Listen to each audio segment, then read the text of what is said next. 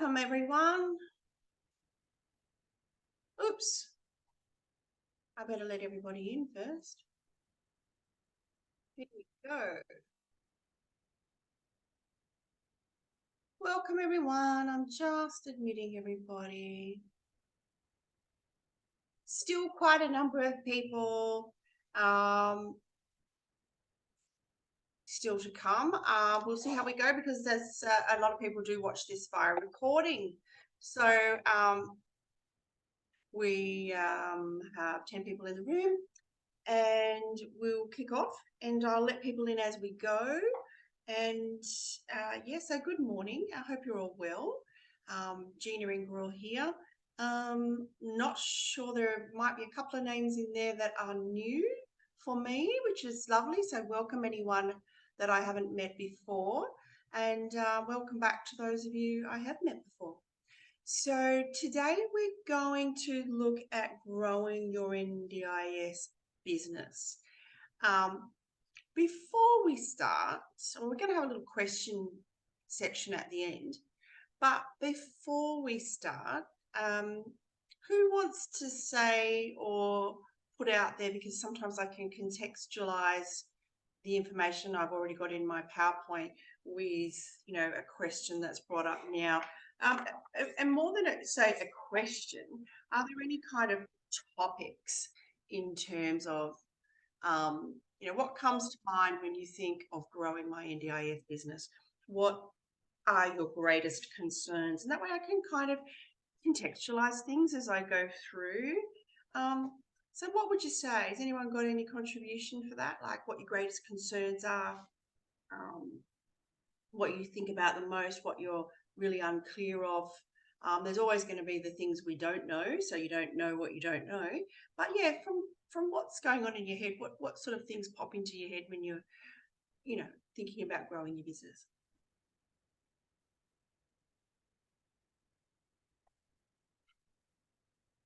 You can put it in the chat if you don't want to speak via microphone.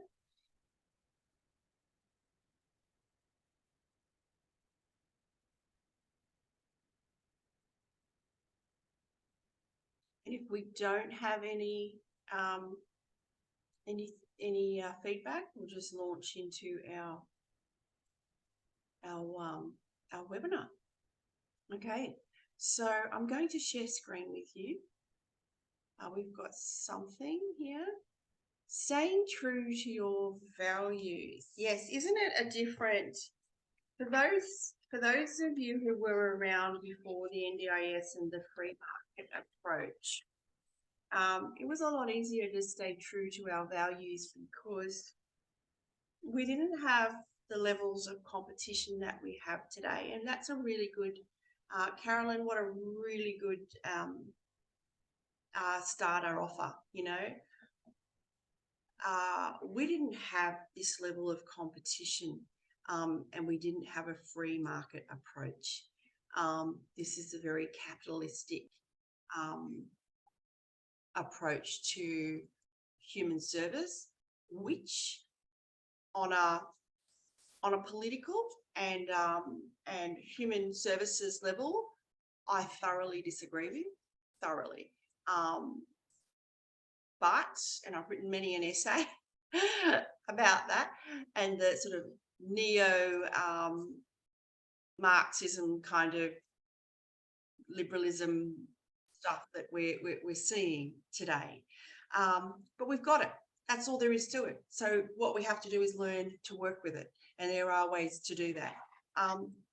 Because I actually also thoroughly disagree with private health. And I think that when we conflict health and human services with money, it is quite difficult. And back to what Carolyn just said, how do we stay true to our values? Because not everybody is value driven. Not everybody has the sense of this particular sector. Let's call a spade a spade. There are a lot of people who come into the NDIS because you can make a lot of money. You can make a lot of money. There are a lot of people who come into the NDIS because they want to make a difference. And there are people who probably haven't even thought about why they're coming into the NDIS as a provider, but they do so anyway. So we have such a bag of fruit with different fruits in it. So, and you can find yourselves on that sort of in that bag, if you like. The next one. Hi, Gina, I'm completely new to the industry and I'm looking at how to connect with support coordinators. Well, really good thing that you thought of connecting with support coordinators in the first place. So that's good. Welcome, Danny. What comes to mind is how to reach out to the right support coordinators that will be willing to work with you and help you to get participants. Well, see, Juliet, that's a really good question, because why should they? You know, why should we give our business to somebody we don't know? And we'll talk more about that. So forgive me if I have to let people in, but it's usually settled down by, you know, about 10 passes, which is what we are now. And we might get some people in different time zones pop in. So let's kind of, but what good starters, that's such great starters, you know, and we'll have time at the end. I have left time at the end for free speaking. So let's have a look. So we've got a few hiccups in the beginning, haven't we? So let me put it to you in this, and I'm just going to remember to share screen because everyone knows I tend to talk and forget to share the screen. So here we go. And here's someone coming in. So let's talk about, okay, if I put it to you in this context, for those of you who are new to the industry, new to the sector, new to health, new to human services, even some of you that might not be new to some health and human services may or may not know what I'm about to say. But for example, when I worked I was mostly in health, allied health, and then, you know, mental health and drug and alcohol. And then I found myself in disability back in 2009, I think it was, for the first time. Not in service delivery anymore. I was really interested in what happens in those policy offices in the government. So I got my first role in policy, and what I learned was, well, first of all, I was still in drug and alcohol, aged care and mental health and allied health, because disability is the intersection of all of those, you know, that what overlaps with disability, all of those.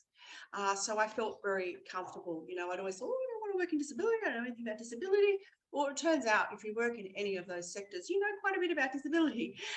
So it's quite interesting. And what we had was a tendering system.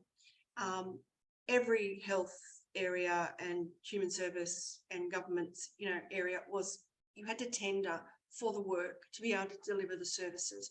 So in New South Wales, for example, I think I remember it was like 186 providers that we had on our pre-qualified list of service providers. That's not even 200, yeah?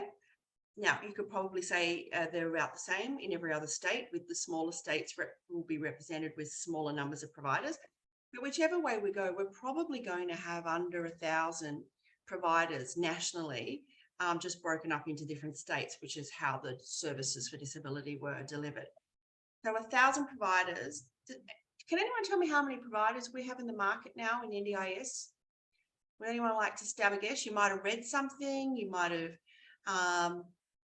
you know, you might want to have a guess. There's no prize for getting it right, because actually nobody knows the right answer because of all the unregistered providers.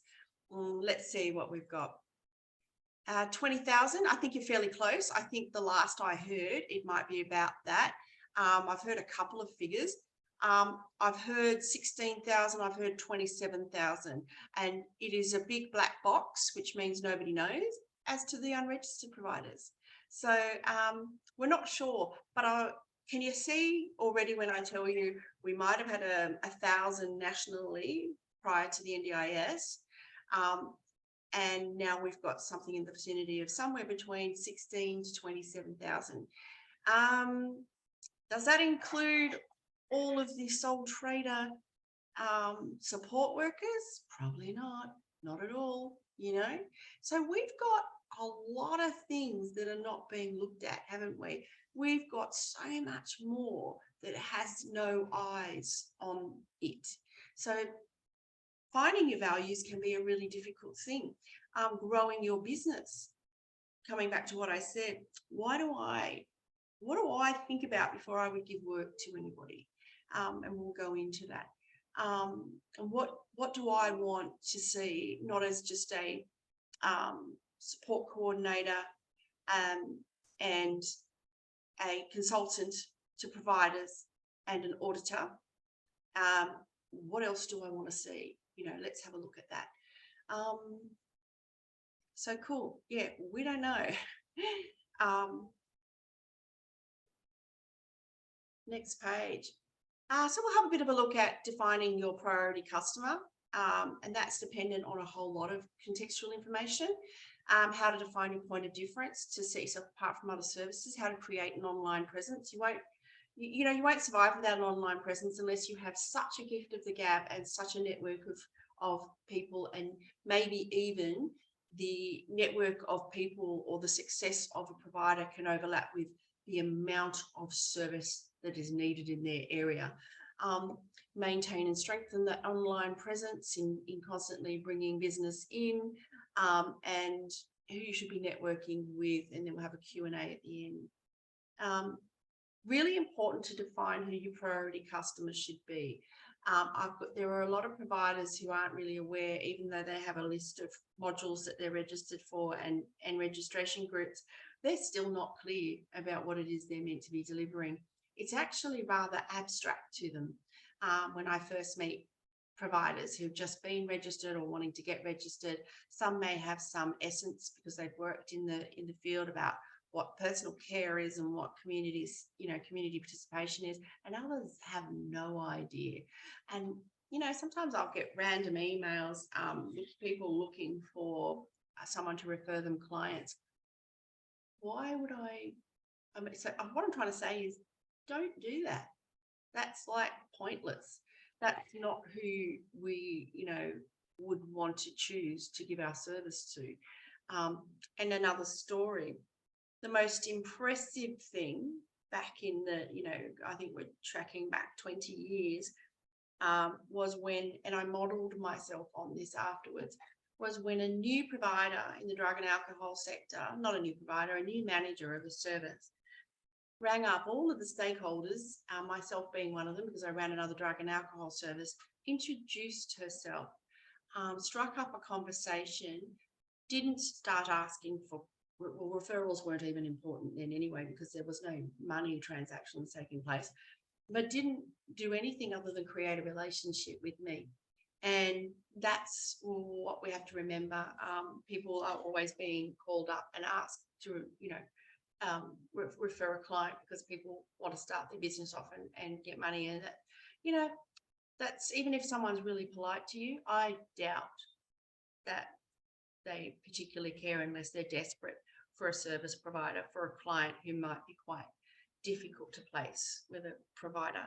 So just think about that. What's going to be impressive? What's going to stand out in someone's mind in a long line of other providers that are probably chasing after the support coordinators for business. If you're new, you want to try and figure out what your strengths are, and you want to go with those strengths. So if you take on a whole range of services and you don't know anything about most of them, it's not going to be a good look, and it's going to be overwhelming, and you're going to be confused. So why not, in the beginning, regardless of what you might have registered for now, you might have registered, I see so many people who have registered for every single service. Forget about that. It's not important. What are your strengths? What do you know? What can you deliver well, and get your feet firmly planted on the floor before you start branching out into something else, because you want to do a couple of things well rather than do a whole lot of things quite badly. Okay. Also to consider in growing that business of yours from beginning, whether it's in the beginning, whether it's in the middle, whether, regardless of where you are, do you need the expertise of others? You know, people taking on services for things they don't know how to do. Do you need expertise of others? So what are you going to do about that? How can you learn in 3 weeks? How can how can you learn this? Well, first of all, I hope you're in it for the long haul. So you're not just going to be wanting to do, something quick and easy. Train, go and learn, go to TAFE. Please don't go and do recognition of prior learning or RPLs, and please, like a lot of people, please don't go and get somebody else to fill out your competencies for you. You're not going to learn anything. The joy is the learning, not the certificate. I teach providers to look at people's certificates and assess whether they have RPL, recognition of prior learning. And if they do, there is a very big chance that they may not have done it themselves, or it just isn't enough. So just to have people's eyes open on that. So go and learn. Learning is a joy. And if you don't know, hire somebody. We're in such a great job state at the moment where we have a lot of, it's a gig environment. It means you can do an hour here, an hour there, etc. You don't have to employ nurses full time. There are consultant nurses out there now who are doing an hour for this person, an hour for another. Think outside the square. If you're going to deliver community nursing and you're not a nurse, if you're going to deliver module 1 and you're not a nurse, you need one to be able to be the sort of business that an appropriate provider is going to refer to. I'm never going to give my business to an organisation delivering module 1 services who hasn't got a nurse there working for them in a capacity that I can see is sufficient and in scope with the amount of people they have. You need the expertise. Otherwise, it only takes one or two knocks to your reputation before people won't refer to you. Plus, it's the right thing to do. So let's bring it back to what Carolyn said. Your values. Hopefully your values are to deliver quality service. I really hope they are. Hopefully your values are to do no harm. Hopefully your values are, providing, the best service you can for each person, value for money, make a difference in someone's life, etc. You're not going to be able to do that if you don't have the expertise. So think outside the square about, for the expertise you need, for the reputation you need to build, for the trust you're going to want others to have in you, have you got the right people for the job? Okay. Oops. Can I just go back and make sure I didn't miss anything there? Yep. Everybody is like, I don't know if anyone ever saw the movie Field of Dreams, and it was like this thing where we used to joke about, it's like really 30 years ago now, but it was when Kevin Costner was even more handsome than he is today. And it was about building a baseball stadium, and he was being told in his dreams, build it and they will come. It's a big sort of supernatural thing. And so he built the stadium, and, all the ghosts of all the Yankees from years and years, they came. But that's not how it works. If you build your business, if you have a business, if you register an NDIS service, they're not necessarily going to come. Sometimes if you're in an area where they're desperate for services, they will. But that's because they're desperate for services. And, things are catching up on people now. The Commission, and I am so pleased because they're really clamping down hard on people, and they're doing unexpected visits, and they're requiring a whole lot more. And so they should, because their practice standards, quite frankly, are not good enough, are getting better. And if you register your business, they will come. No, they won't, not necessarily. Sometimes people are bringing in families, friends, and things like that. I don't have any opinion on that. That's not attracting business. That's just bringing in family and friends. It won't last you forever. But, so no, it's just not going to happen like that. How do you define that priority customer that you should have? Yeah. So what is the demand in your geographic area? And, it would have been good if you'd asked yourself before you registered your business in a particular area. Not that you can't branch out into others, but what is the demand in your area is really important. What services are in demand where you've set up shop? Which postcodes have more demand? Current demand and projected demand for each of those areas. This is called doing your homework. And you would want to look at this information to write a strategic plan. Now, anyone who's worked for a not-for-profit, which is where I came from for a long time, can I get any hands up for anyone who's worked in not-for-profit, in management especially? Anyone out there not seeing? There's a hand or two. Yeah, good, right. So not-for-profits, to get through our standards, to be able to receive the funds that we received from the government, we had to have a strategic plan. It usually was 3 years long, and it had business plans to operationalize that strategic plan. We did a business plan each year of those 3 years, and that set out and gave us the ability to respond to the changes in our environment, financial and policy wise. And that's still going on where we are right now. It's just that the standards are saying to everyone, as an NDIS provider, you can have a strategic plan or you can have a business plan. Well, that's really not pushing you on to do your best work. Your best work is to have a strategic plan and to have business plans, on an annual basis that operationalize, that strategy. And that way you really get to, in that strategic planning, context, you get to look at all these things. You get to look at what area you're in and what's needed there, instead of going in and trying to deliver things that aren't needed. You need to be able to see what is needed and meet those needs and anticipate the future needs. So the things that might set you guys apart from your competition is going to be culture. It's going to be languages that you can speak. It's going to be the qualifications that you have and or expertise, the length of experience in an industry or service. That's going to help.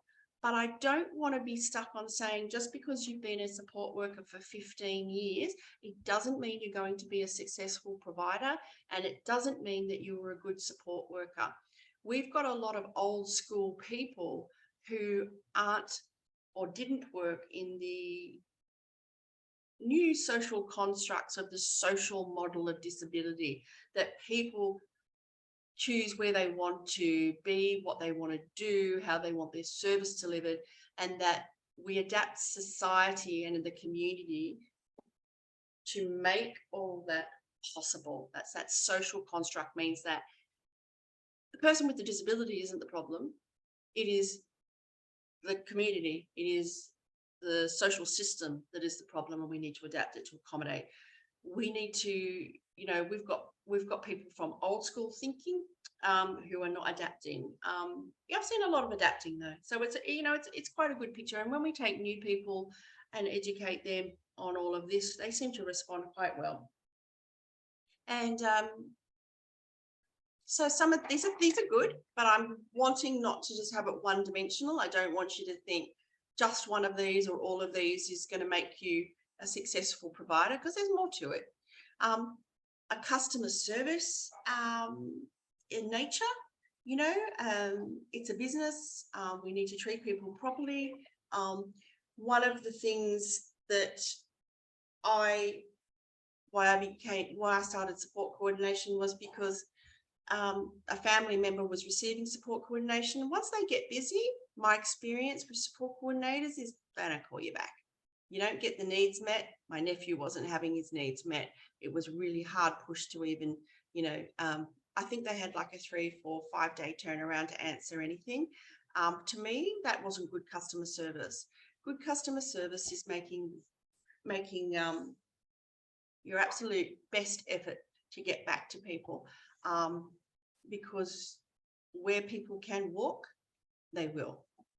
And that it's the relationship that will bring somebody back. A relationship can actually assist even where things go wrong. If you don't have the customer service skills and the relationships building skills, repairing skills, things will go wrong and people will walk and your reputation suffers. But there can be things go wrong and people stay with you, and sometimes that relationship is even stronger for that. So, you know, might have a very specific skill.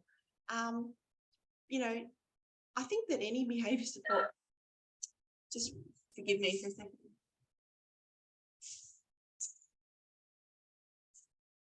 I think any behaviour support practitioner would open up a business and be inundated with clients, because that is such a skill that is needed at the moment.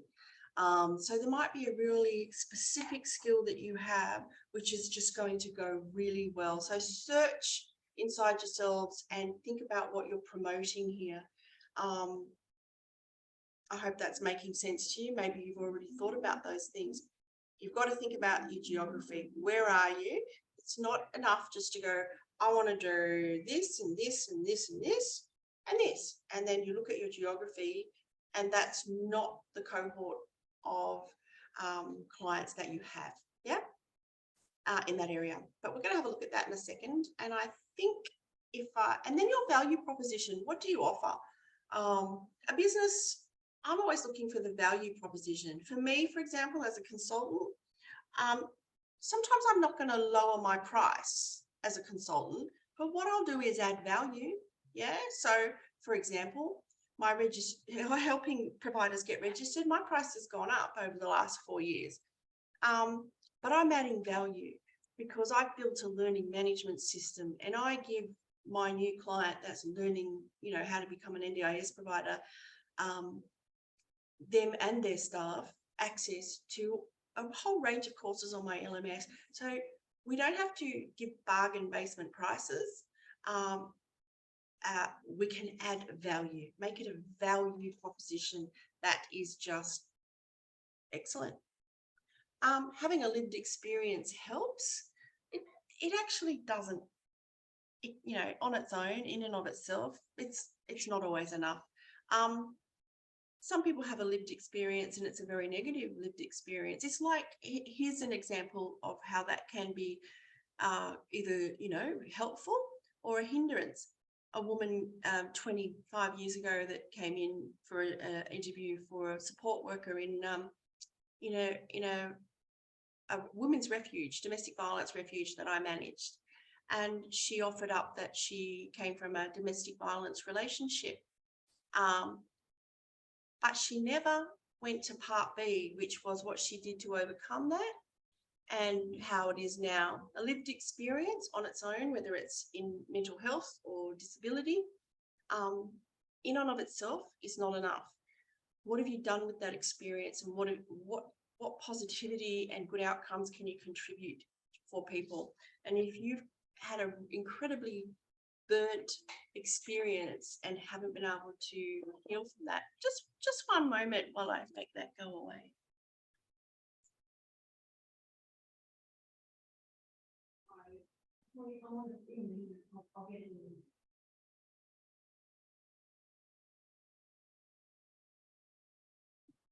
Do forgive me. So having the lived experience can be great, but sometimes if we'd have hired the person that lived in you know, came from a domestic violence relationship, we could have been hiring someone who really just reinforced those very poor behaviours and the way that people are treated, etc. So she never offered up that she'd done any work to rectify that situation and learn and move away from that and know how to handle domestic violence and been having insight into herself. So we have such a large psychosocial presence in the disability sector. We have a lot of recovery coach. We have a lot of people with lived experience.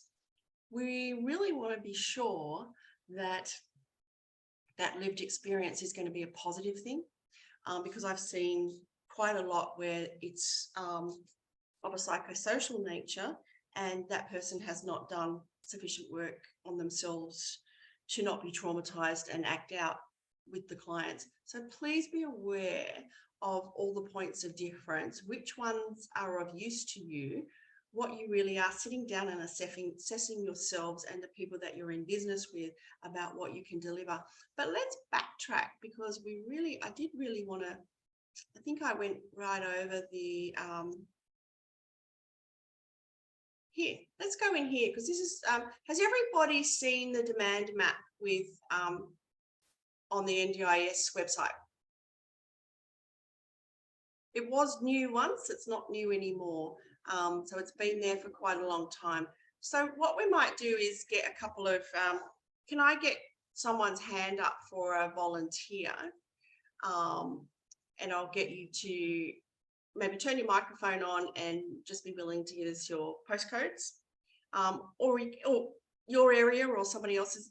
You can have a made up area, I don't mind.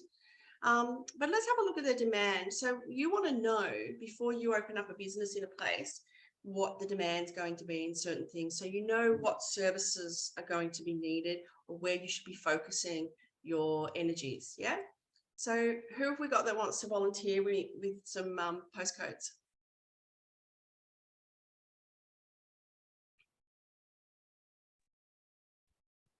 Uh, 2300. 2300. Is that Newcastle? Yes. Ish. Newcastle, yeah. Yeah. So we won't go automatic. We'll go to, well, as we know, that was one of the what's the significance of I love a little bit of Q&A here. What's the significance of Newcastle in the NDIS's history? Can someone tell me? It was a trial site back in. Correct. Does anyone know what the other trial site was? Geelong, and then ACT. Cool. Okay. ACT was the first one to roll out across the trial site for across the board or something, whereas the other ones had specific ages. Wonderful. Something like that.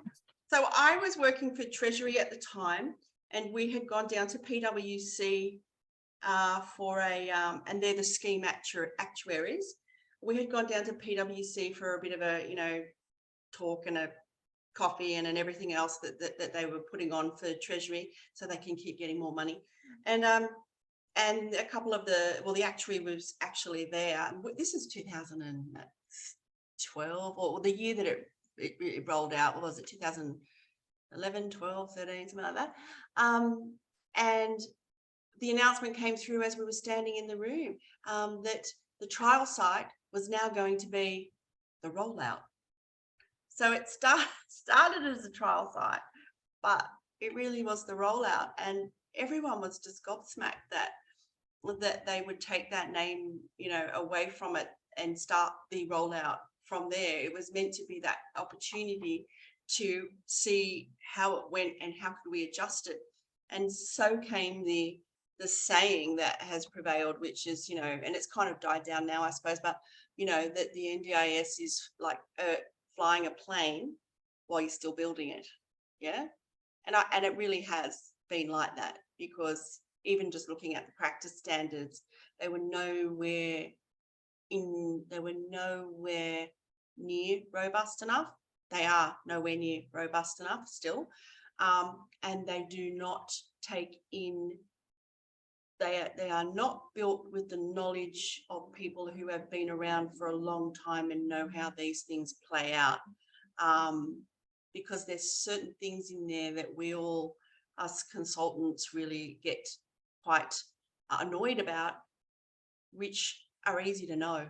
They were knowable. They weren't surprises, and they just weren't taken into consideration. So very interesting, but good on you for knowing. Did you say 2300? Yes. Cool. So let's have a look.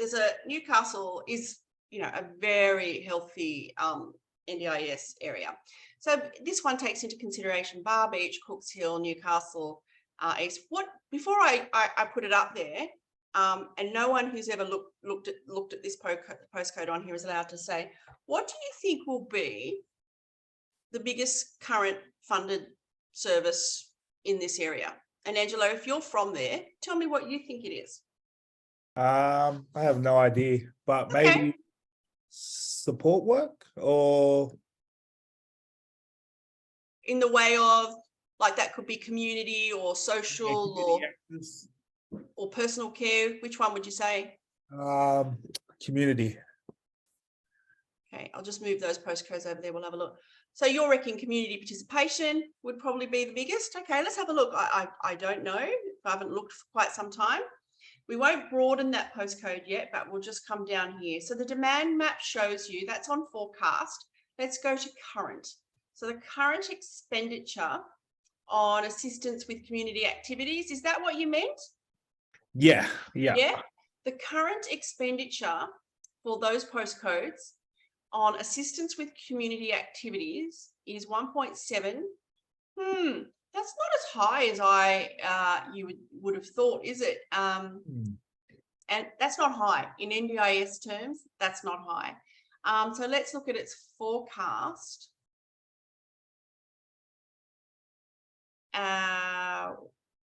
Assistance with community activities. It's quite a broad. They're being very safe here, aren't they? In one aspect, they're expecting it might go down.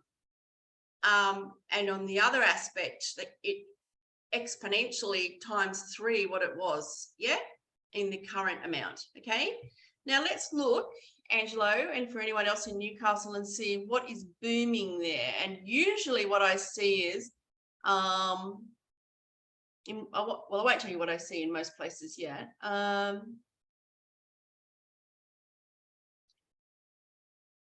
Other supports, unfortunately, we won't be able to break that down too much.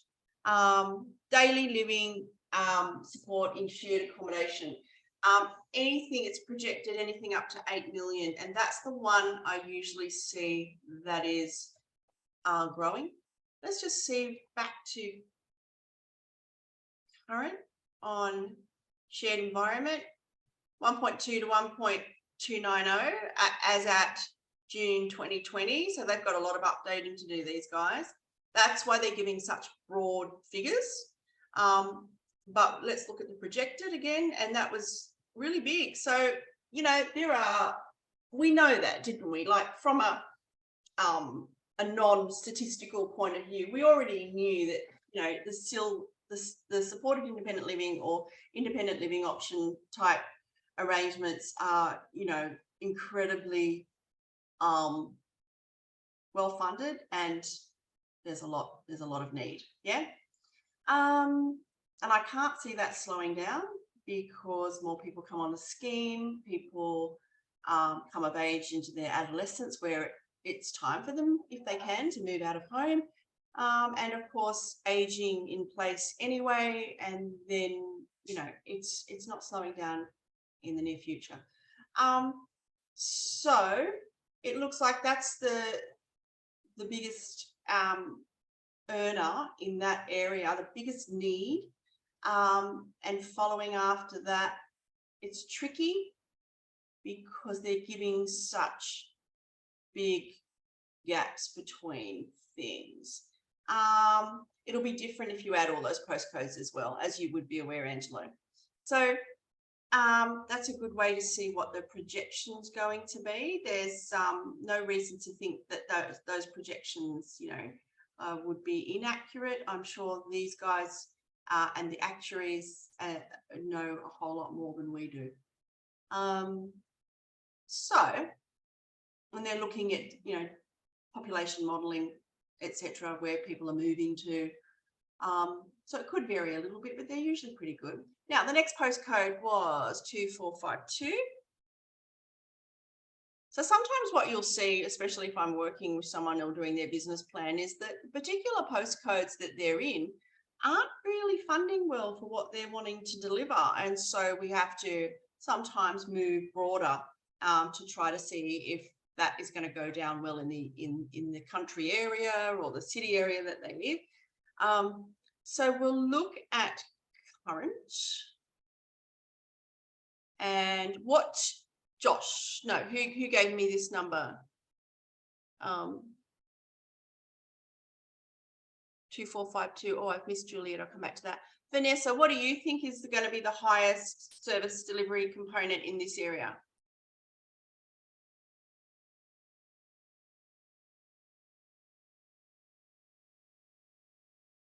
Vanessa not there?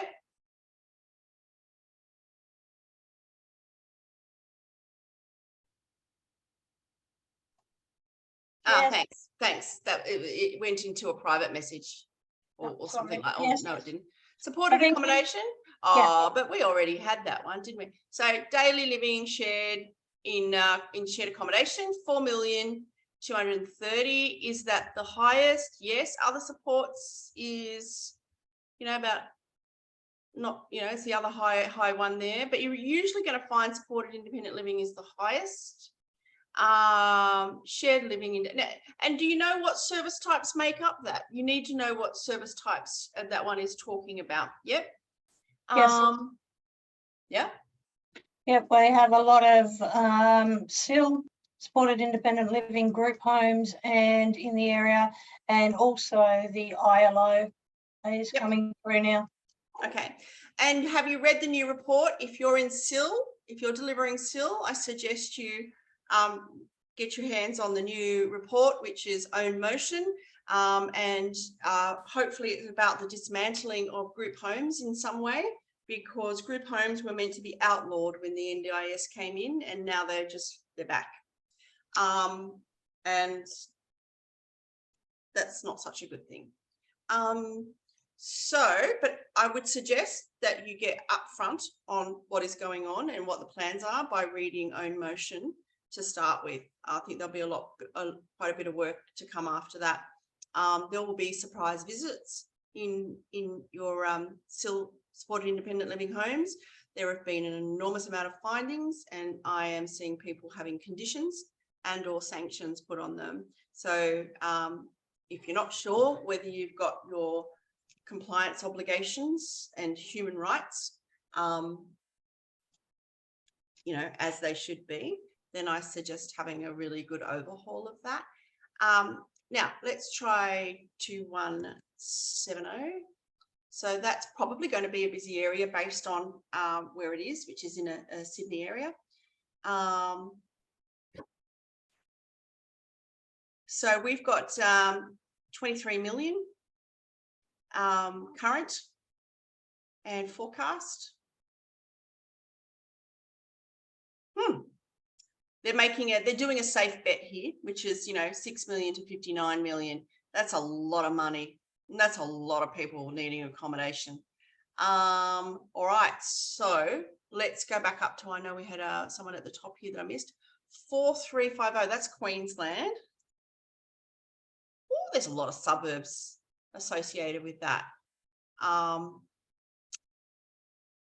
And current, are we on current? Current, is that right?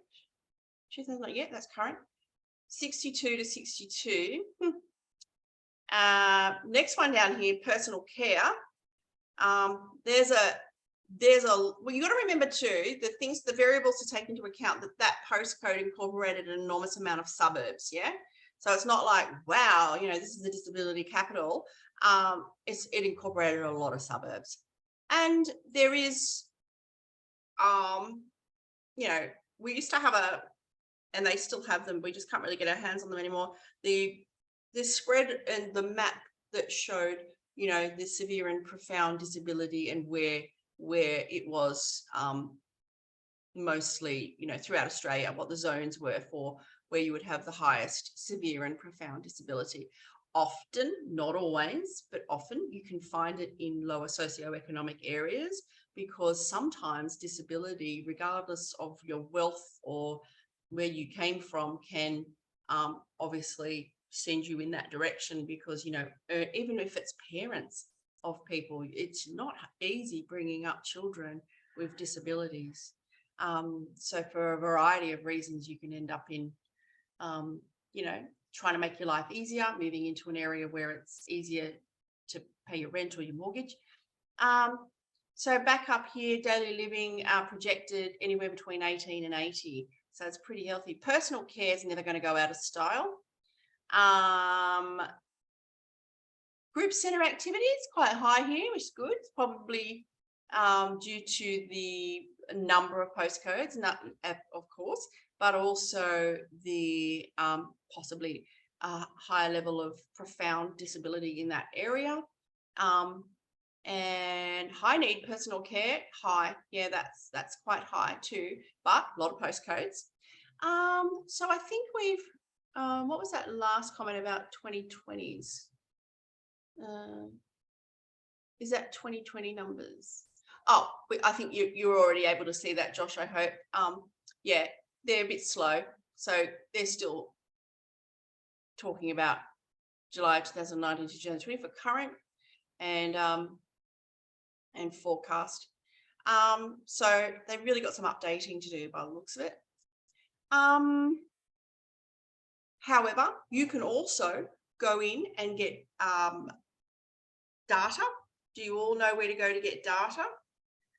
Should you wish to go down that track, the NDIS, you can download it from the NDIS website, or you can write to the NDIS data people and say, could you give me data on this area, these postcodes? You be a bit specific about what you want, or you'll just get, you know, a massive big data set.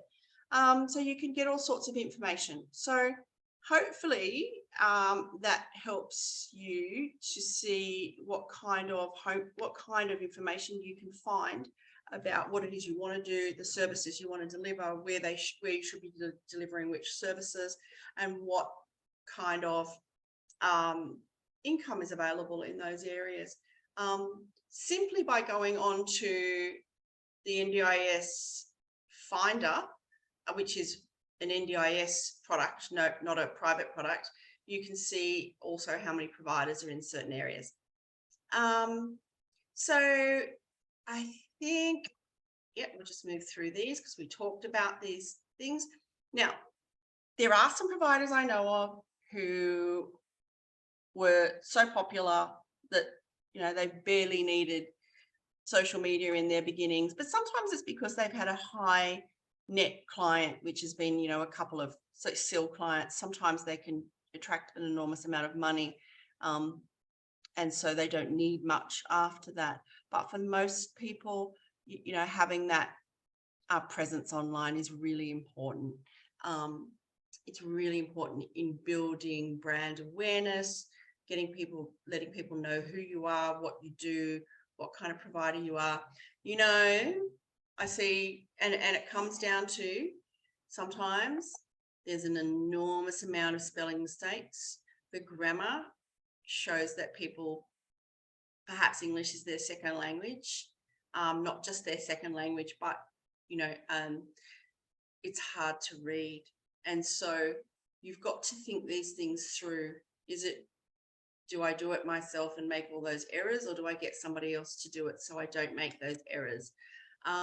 You know, I don't have the answer for you. That's going to be up to you. But I know that when I see lots of grammatical errors, things that aren't logical and don't make sense, you know, I'm not inclined to want to send anyone there. So, yeah, I think it's important to think about those things. Now, Google My Business is free, doesn't cost you a damn thing. You register your business on that, and it really helps with an online presence. So many customers come through Google My Business. Of course, if you know, really starting out, Gumtree. Now, the reason I say Gumtree, not because I think Gumtree is good, but because Gumtree ads are picked up in Google. And so it can create your presence. Yellow Pages, it is still one of the directories. It will still help. I'm not saying that people will look it up on Yellow Pages, but Google pick it up. Okay, so putting yourself into directories is a way of increasing your search engine optimization. Adding your page to as many directories as you can. There are at least 50 Australian business directories. LinkedIn, and having a presence.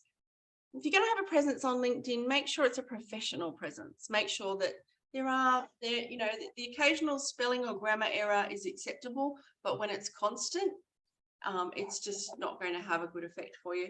Make use of the title tags, the meta tags, the headers, lots of headers on LinkedIn, you know, and using headers on your website as well. Google likes that. Now, I will give you one piece of information. Having a web builder with your website is easy to use, but having it in WordPress, or the other one, which I can't think of its name. There's a few. Google will like it so much better. The moment I changed, and I knew this, but I just did not want to learn WordPress again. The moment I changed from a web builder to WordPress, there was a dramatic change in the emails and information, contacts, etc. that I had, and it showed in my Google Analytics. Google doesn't like web builders, you know, the easy ones, those easy web builders that you can get on the GoDaddies and all of those. Ensure that you're optimized for mobile phone. If it's not optimized for mobile phone, your website, people just won't bother, because they're usually shows devices such as iPads and iPhones are really, really high in numbers. Make sure the speed of your page loading is as good as possible. Slow loading pages annoy people, they just go away. Links to content through your site. Always use links to content so you can make it super easy for people to see what you want them to see, and try not to make it more than one click away, or they'll just walk away. One of the biggest, my business was really good, but it's never been as good since I hired a good Google Ads person. If you prefer search engine optimization and only that, that's great, you know, but that's not something I have time for. I have optimized as much as possible, but my Google Analytics person probably lifted my income, I don't know, like maybe 200%, just from having Google Ads. And now I've been able to put on a full-time person, and I've got a dedicated social media person, as well as that Google Ads person who's just a consultant, you know, you pay them a fee. But finding the right one, I had to go through 4 who just were absolute nuisance, and all I had was the wrong people calling me. I don't get that anymore, and it's been probably over a year now. So finding the right person is amazing. So this is all stuff for setting up and for, you know, and sometimes, you know, I've got successful clients who have come back, you know, even after they're still successful, and put together their good websites, because they know the benefit of having it. You must have nice, easy to navigate websites.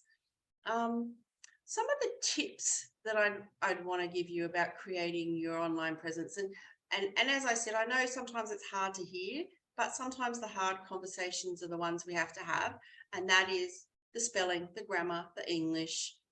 You know, I had a website guy contact me, and he says, I do lots of NDIS websites, and he said, do you want to partner with me? I'll do all your, you offer my services to your NDIS provider clients, and I'll give you X amount. And I said, well, could you show me 6 or so websites that you've written? And he did, and I found grammar and spelling mistakes in each and every one, quite a lot. And I thought, no, I'm not going to send, I'm just not going to send my clients to someone who's going to give them tons of spelling mistakes. Remember to go to your competitors, have a look at what their best performing pages are. Do you know, even if you don't have a website person, there are tools out there that you can use for either free or nothing, free or a small amount, that can tell you what are the keywords that are being searched on all the time, who's performing well, etc. You'll know who's performing well anyway, because they'll be coming up, on Google searches when you just put a very broad search in. Inform your content strategy using keyword gap analysis. You really need to look at everything you've got up there on your website and on your social media, and you need to know if you're using keywords. Are you using the words that people are going to be looking for? Okay. Find other sites who'll be happy to reciprocate backlinks. So you might have other providers who don't provide the same services you do, so there's no conflict of interest. could be anyone. You must have had emails at times where people saying, you know, would you mind if we link to your site and you link to ours? Page tags and meta tags. I know it's boring to have to keep filling them out, but they do help. They do help with people finding you. Google likes them. Writing articles that'll interest your audience. Having a blog. A lot of people will have a blog. The blog is simply, it's good that there's information in it, but it's a search engine optimizer. Okay. As well as, you know, there's a percentage of people who want to read to find something out, but it brings people, it helps the search engines find you. Boosting some posts in platforms. Wonderful. You don't have to spend a fortune. You just have to be consistent and pick your audience well. Make certain words or product mentions and have links. People like links. If I think about how much trouble are you going to go to when you see something you like if you can't link to it? Sometimes I just can't be bothered. So I want to be able to link to it straight away. Build your email list, stay in contact with your clients, use something like MailChimp. I find them too expensive. I use something called Send in Blue, and they're far more reasonable, just as good a tools as MailChimp in my mind. Now, who should you be networking with? Obviously, of course, support coordinators, because they're the gatekeepers. But remember what I said, they're getting people contact them all the time. It's boring to them.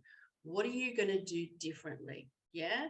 And are you going to go straight for the big sale? I want your clients, or are you going to create a nice relationship with them? Can you think outside the square? What can you do for them? And that's going to make this relationship a little bit more two-way.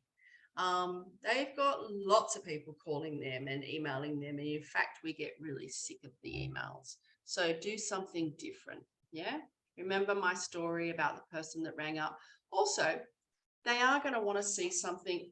Most of them are going to want to see something that says exactly what I said to you on those first pages. Why will I send someone to you? What have you got?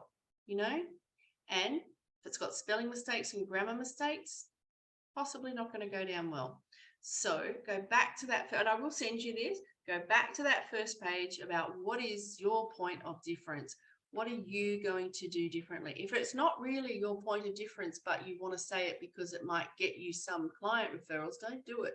If you can't follow through on your work, you're not going to get any more. In fact, you're going to get a poor reputation. So, you know, build relationships, attend networking meetings, whether they're for, you know, they're from the public system or the private system, whatever. Attend them or send someone who can attend them if you get too busy. A lot of things that are undersold are making relationships with your community mental health teams, making relationships with the acute mental health units, and I mean, I hate to say it, sometimes they're desperate to find either for someone to go where someone can go so they can discharge them, or for some assistance for people. And I'm not saying that they're feeling altruistic about that. Sometimes they just got to get them out. It's unfortunate to say that, but I've been there, you know, they're desperate to try and find somewhere for this person to go, because they've got to do what they've got to do in their job, and that person's supposed to be discharged and they're supposed to be finding somewhere for them to go, and they can't. So really, the community mental health teams, your acute units, the non-acute units as well. Let's not forget about the non-acute units, and hospitals, you know, discharging people from even accident and emergency. Yep. Especially if you're doing recovery coaching, because we used to run a program. We started a program in a number of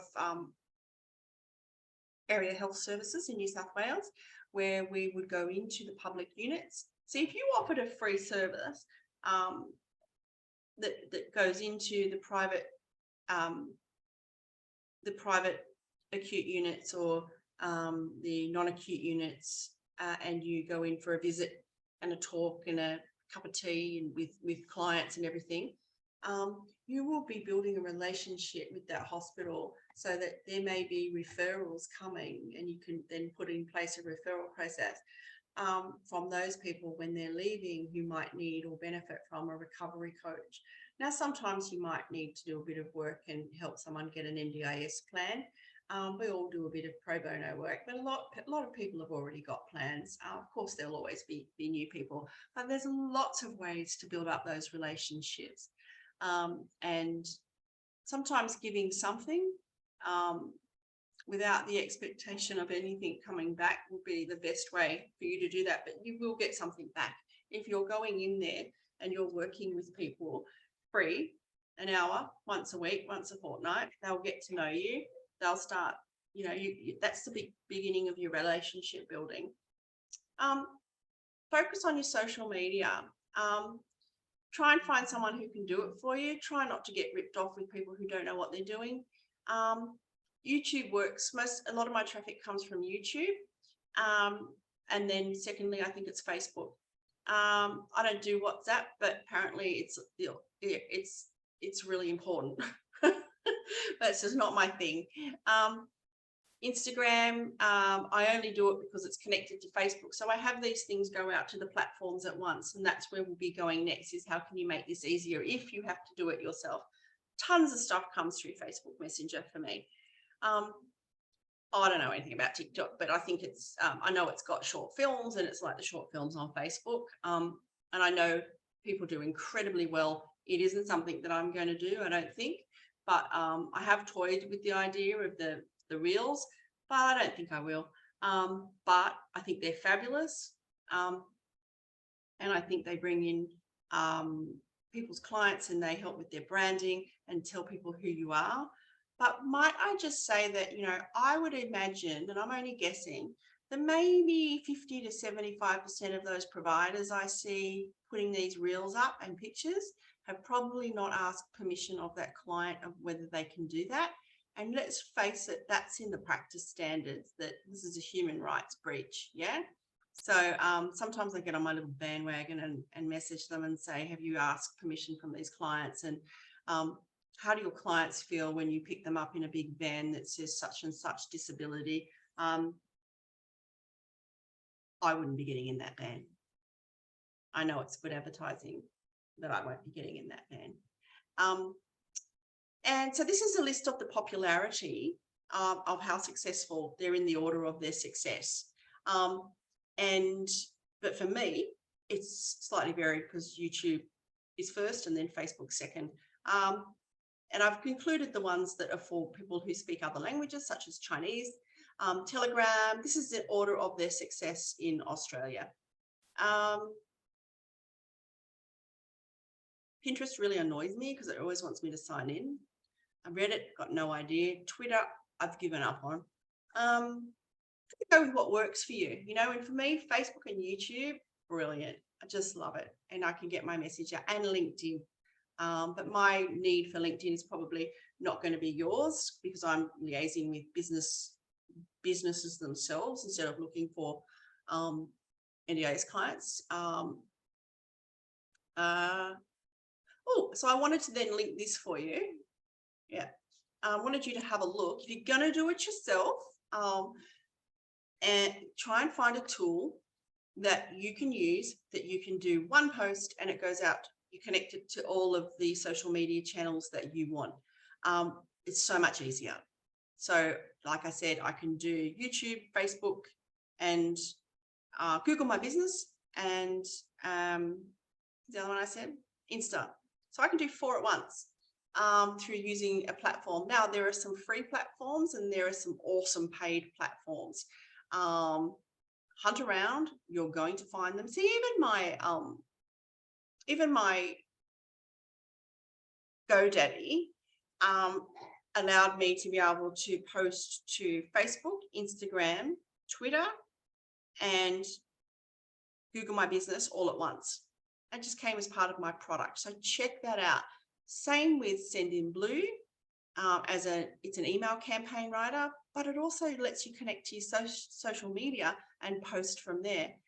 So there are lots of platforms that you don't have to pay to be able to do this. You just got to look around, and like, it makes it doable if you only have to post once rather than go, oh, now I've got to do Instagram, now I've got to do that. Just trying to make it easier. And if like most of my business comes from either word of mouth, Facebook, YouTube, or LinkedIn, and my Google ads, of course. So back to here. It doesn't take much, and it doesn't take much, and you'll get really good results. So remember, calling and introducing yourself, but also saying, do you mind if I follow up and send you something about us, what we can offer, and not asking for clients. Don't say, have you got any clients? Please don't say that. It's just too desperate. Don't do that. Make a relationship. Okay. Other thing, because the Commission is really clamping down on providers and the way they deliver services, mostly around the inexperienced providers. Even some of the experienced providers aren't always getting it right. Please keep yourself up to date. If there are practice alerts out there and you don't know what they are, please go and find out what they are. Please sign up for alerts from the NDIS Commission. I would be so hesitant to send, in fact, I wouldn't send anyone to a provider who didn't know that worker screening checks came in. And believe you me, there are some that don't, who didn't know practice alerts that come out, who didn't know emergency disaster. If you're not up to date, there will be some desperate people who will still send people to you. And I think support coordinators do need to start asking who's registered, who's not registered. Do you understand restrictive practice? Have you ever done this? Can I see your scope of audit? But they're not. But you know what? If someone came up to me, and I've only just thought of that, if someone came up to me and showed me their scope of audit or their registration certificate, or gave that to me with the profile they're going to give me, with what they can do, what's their point of difference, not just a whole bunch of words. We've got too much to read. We don't want to read another bunch of words. Think of something innovative. It might even be a Canva presentation that tells me about you, and I don't have to read another thing. Like, be innovative and think about all these people with spam. They're being spammed, they're being junk mail, they've got all these things going. So anyway, that's the presentation. Now, has anyone got any questions for me? Or is any stories? I like stories.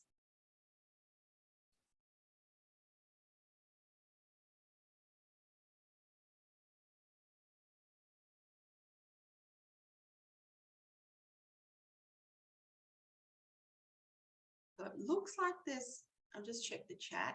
Looks like there's no stories and there's no questions. What supports would come under other supports? Well, for that, you just have to look and see what was missing from the other items that we saw down that left-hand side. Yeah. It's just laziness on the part of the NDIS, really.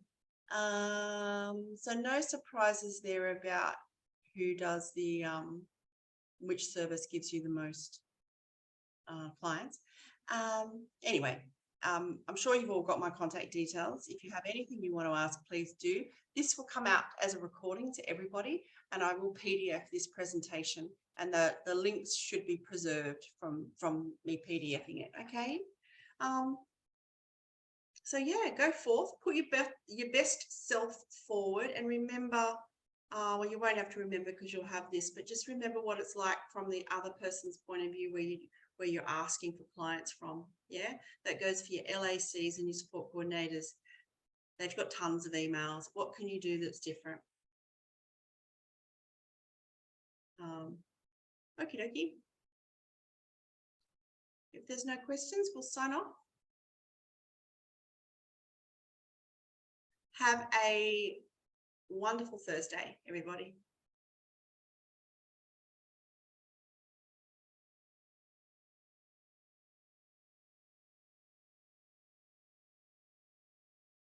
Thanks, Vanessa. Thanks, Angela. Thanks, Danny.